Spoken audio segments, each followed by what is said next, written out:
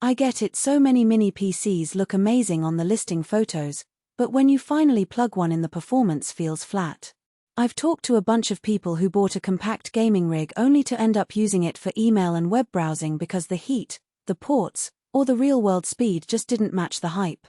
If you're on the fence about whether a tiny box can actually replace a mid-tower for gaming or creative work, this review is for you. Link is in the description if you want to check the product details on Amazon. First off, the Kinupute mini PC with the AMD Ryzen AI 9HX370 is marketed as a mini gaming desktop that can handle 3 8K displays, has Wi-Fi 7, dual 2.5 gigabits per second LAN, and a full DDR5 16GB 2TB SSD configuration. Those specs sound like a small version of a high-end workstation, but the real question is, how does that translate when you actually sit down at your desk? Who should buy it? If you're a creator who needs a portable powerhouse for things like video editing on the go, a streamer who wants a dedicated encode-only box that can sit behind a monitor, or a gamer who lives in a cramped apartment and can't fit a full tower, the Kinupute's form factor hits the sweet spot. The 12-core, 24-thread Ryzen AI 9 chip, paired with the Radeon 890M GPU, gives you enough raw horsepower to run most modern titles at 1080p 144Hz, especially if you're willing to dial down the graphics settings a notch.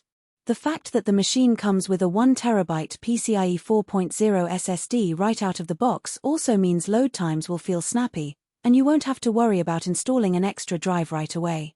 Who should skip it?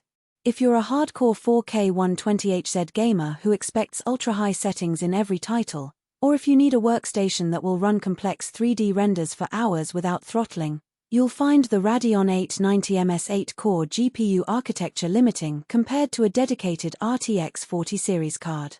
The same goes for anyone who relies on multiple HDMI 2.1 connections for a home theater setup.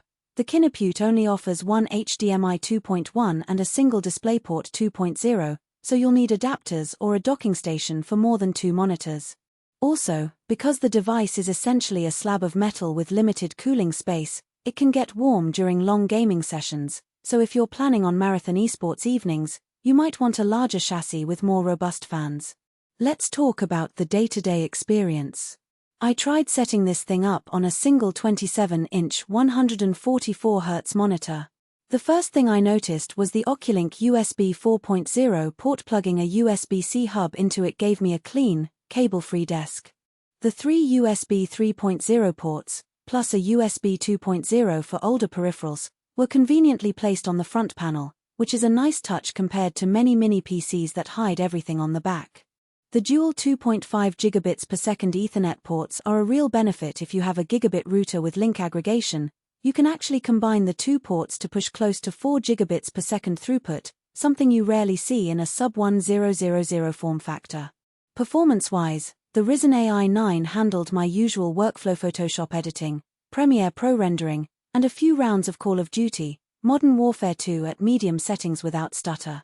Benchmarks aside, the practical observation was that the system stayed under 70°C during a 30-minute gaming session, which is respectable for a compact chassis.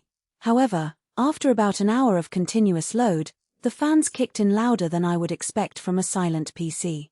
If you plan on using the box in a bedroom or a sound-sensitive environment, you might need to accept that extra fan noise or invest in a low-profile aftermarket cooler, which can be a bit tricky given the limited internal space.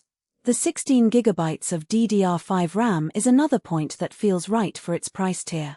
Most users will find that amount sufficient for multitasking while gaming, but if you routinely keep dozens of browser tabs open, run virtual machines, or work with massive 4K video timelines, you'll probably want to add that extra memory stick later.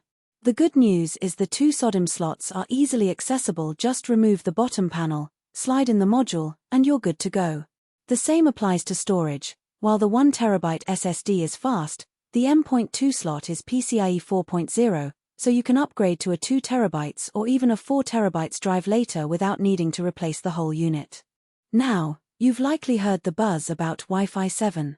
In practice, the difference between Wi-Fi 6E and Wi-Fi 7 for most home users is marginal unless you have a router that also supports the new standard and you're pulling multi-gigabit speeds over the air. In my testing, The Wi-Fi 7 module hit around 1.2 gigabits per second on a 2.5 gigabits per second capable router, which is decent, but if you want the absolute best connection, you'll still be better off plugging in one of the dual 2.5 gigabits per second Ethernet ports. One hidden trade-off that isn't obvious from the spec sheet is power consumption. The Ryzen AI 9 draws roughly 100 W under load, which means the